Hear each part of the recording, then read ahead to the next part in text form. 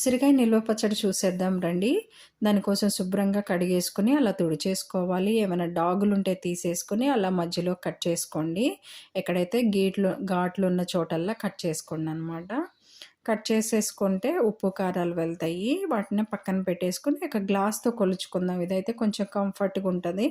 So, పావు KG కదా! ఒక గ్లాస్ నిండా వచ్చాయన్నమాట. ఒక 50 గ్రాములకి చింతపండు తీసుకోండి. అంటే ఒక గుప్పెడులో సగం అనమాట. వేడి నీళ్ళు పోసుకొని నానబెట్టేసుకోండి. పక్కన పెట్టుకోండి. ఒక పాన్ తీసుకొని ఒక హాఫ్ స్పూన్ మెంతులు, 1 స్పూన్ ఆవాలు ఫ్రై చేసుకొని మిక్సీకి పట్టుకోండి. నెక్స్ట్ 3/4 గ్లాస్ ఆయిల్ తీసుకొని బాగా హీట్ అయ్యాక ఉసిరికాయలు వేసేసుకొని నిదానంగా ఫ్రై చేసుకోండనమాట. వాటి మంచిగా ఉడికిపోతాయి.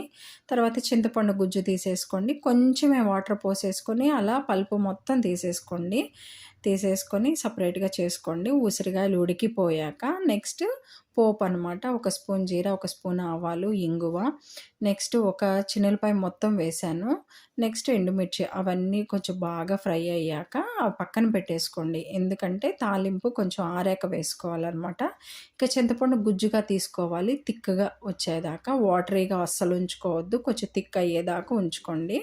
నెక్స్ట్ ఇక బౌల్‌లో తీసుకొని ఇక్కడ హాఫ్ గ్లాస్‌కి కారం తీసుకోండి. నెక్స్ట్ వచ్చేటప్పటికి ఆ చింతపండు గుజ్జు మొత్తం యాడ్ చేసేసుకోండి. ఆరాక యాడ్ చేసుకోండి 1 బై 1. అలాగే ఆవాలు, మెంతిపిండి కూడా యాడ్ చేసేసుకోండి. ఇందాక పౌడర్ చేసుకున్నాం కదా! ఇక్కడ వచ్చేటప్పటికి సాల్ట్ అనమాట. సాల్ట్ వచ్చేటప్పటికి 1/4 గ్లాస్ వరకు యాడ్ చేశాను. మీరు అంతకన్నా తగ్గించుకొని వేసుకొని చూసుకోండనమాట. నాకు ఆ 1/4 గ్లాస్ అయితే సరిపోయింది. నెక్స్ట్ దాన్ని బట్టి ఇక తర్వాత పికిల్ ఒక 3 డేస్ మొత్తం అలా కలిపేసుకొని తాలింపు కూడా వేసుకున్నాక కలిపేసుకొని ఒక 3 డేస్ అలా మాగనివ్వండి. మాగాక అట్లా వచ్చిందనమాట. పికిల్ అయితే చాలా బావుంది. ఇంకొంచెం మాగితే ఉసిరికాయలు ఇంకా బావుంటది. టేస్టీగా ఉంది. మీరు కూడా ఒకసారి ట్రై చేయండి. Thank you for watching.